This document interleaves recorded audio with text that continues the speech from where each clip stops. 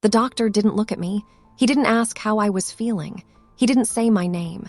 He stared at the scan. Then he said, "This isn't what your family thinks it is." My fingers locked around the edge of the examination bed so hard they went numb. 5 seconds earlier, I'd been breathing normally. I'd walked into that room expecting routine questions, routine reassurance, another quiet appointment that would end with a polite nod and instructions to rest more.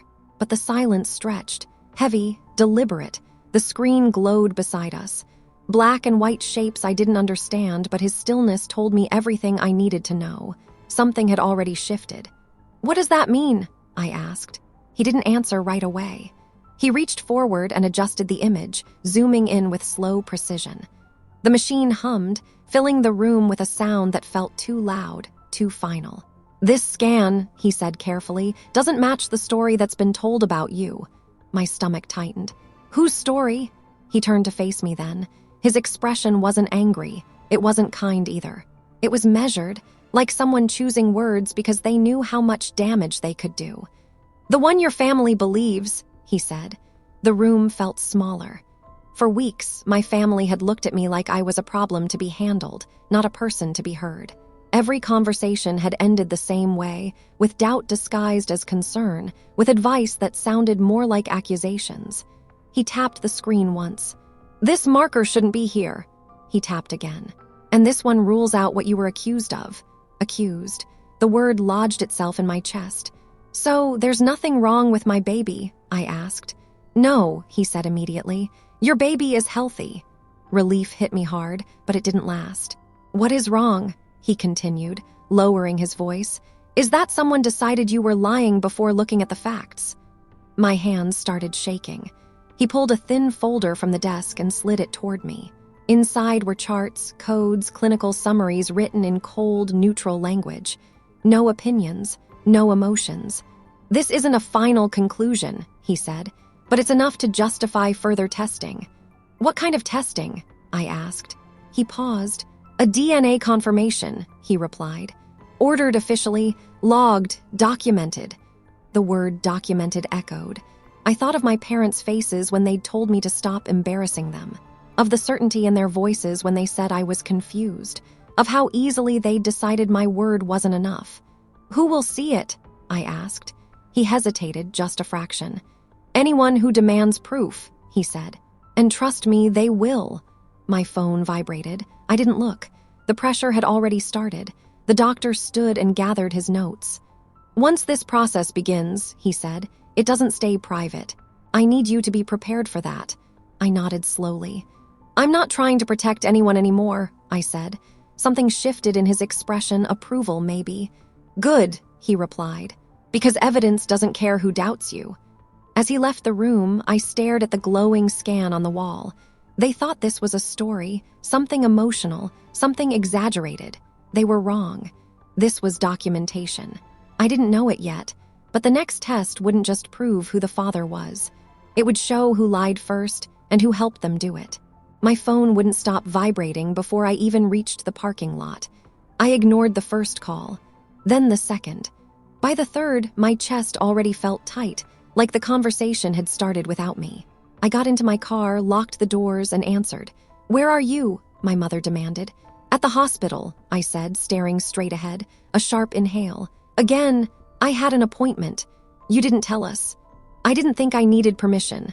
My father's voice cut in, low and controlled. "Your cousin spoke to your aunt. Your aunt spoke to your mother. Don't insult us by pretending this is nothing." My stomach twisted. "Pretending what?" "That this story of yours is real," my mother snapped. "You think repeating it makes it true." There it was, no curiosity, no concern, only certainty. "The doctor ordered a confirmation test," I said carefully. "A test," she scoffed. "You always hide behind documents when you're cornered." "It's not hiding," I said. "It's proof." My father laughed once, short, dismissive. "Proof that you can fool strangers." The insult hit harder than yelling ever could.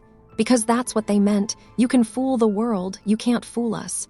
"I'm not asking you to believe me," I said. "I'm telling you what's happening." Silence. Then my mother said it, the sentence I'd been dreading. "Then say it, say you made it up. End this now." My hands shook against the steering wheel. They didn't want the truth. They wanted a confession, something neat, something quiet, something that made them right again.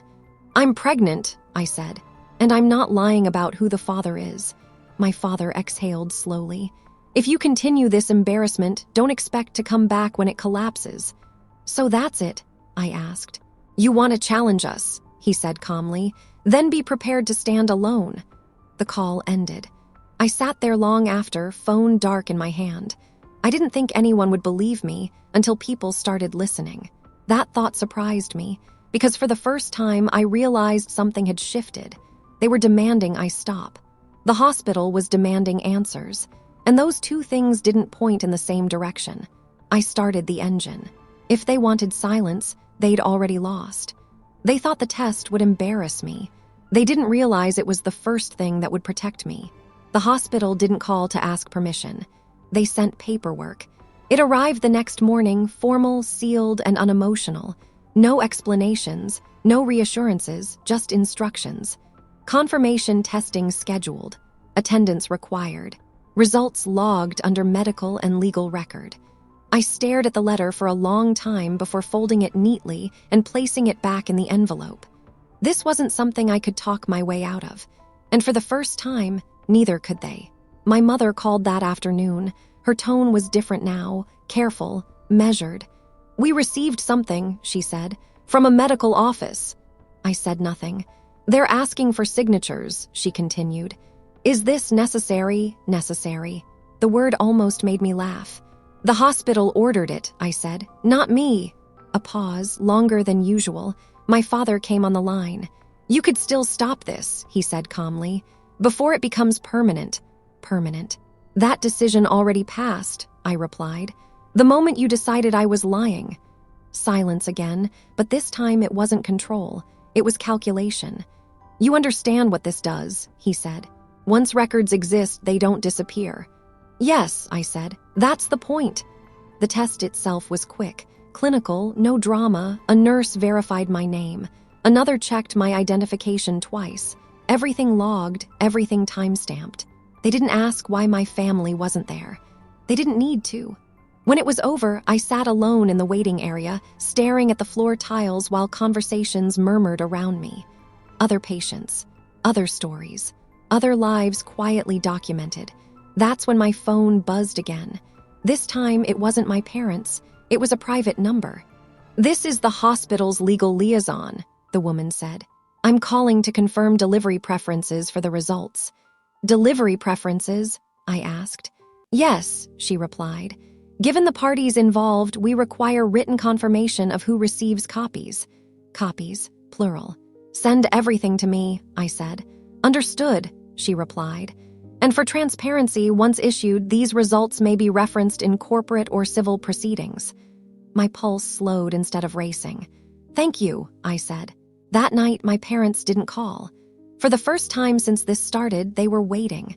Waiting for paper. Waiting for confirmation. Waiting for something they couldn't interrupt.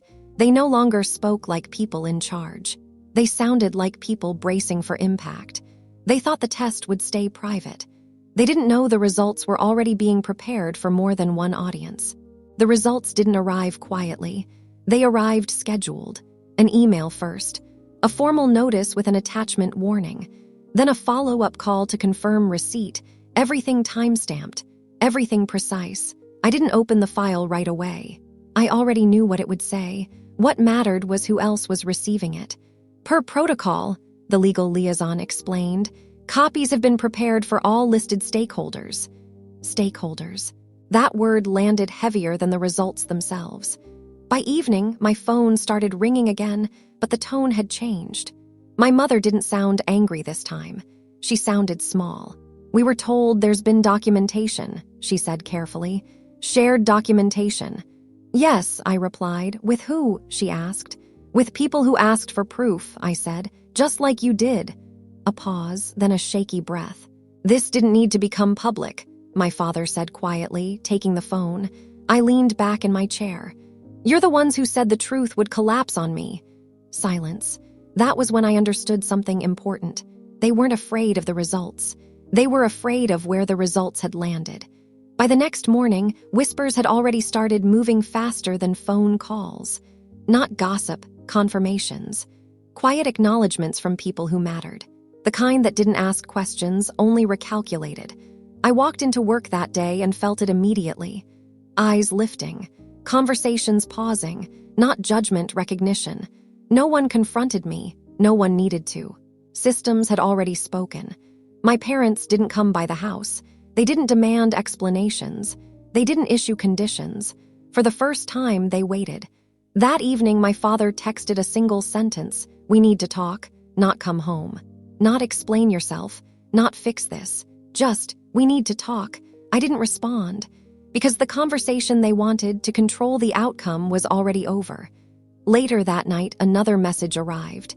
This one from an unfamiliar number. It was brief, professional. "This is to confirm receipt of documentation. Thank you for your cooperation." Cooperation. I laughed quietly to myself. They thought cooperation meant silence. They were wrong. It meant visibility.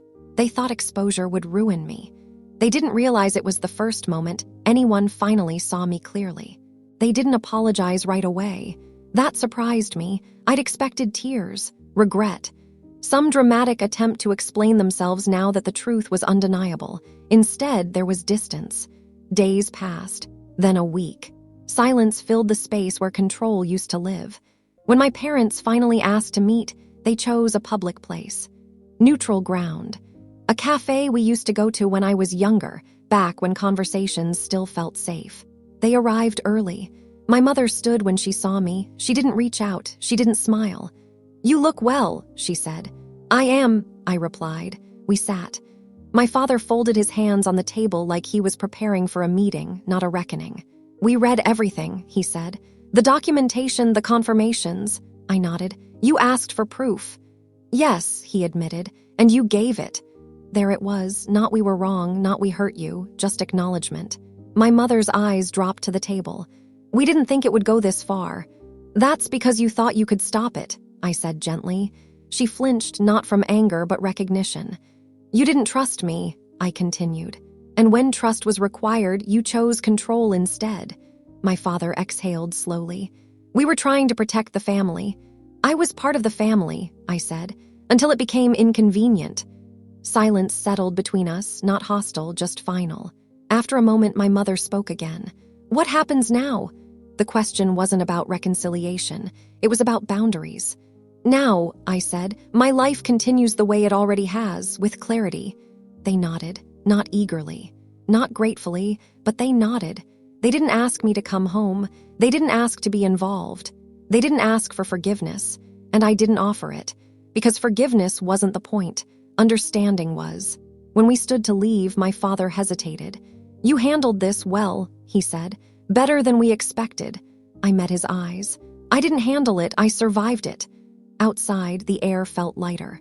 Not because everything was fixed, but because nothing was unresolved anymore. The truth hadn't healed us. It had defined us. And that was enough. I walked away knowing something I hadn't before. I didn't need belief to be whole. I didn't need approval to move forward. I didn't need forgiveness to be free. Some stories don't end with reconciliation. They end with clarity, and that clarity lasts. The truth didn't bring everyone back together. It showed me who I never needed to hold on to in the first place.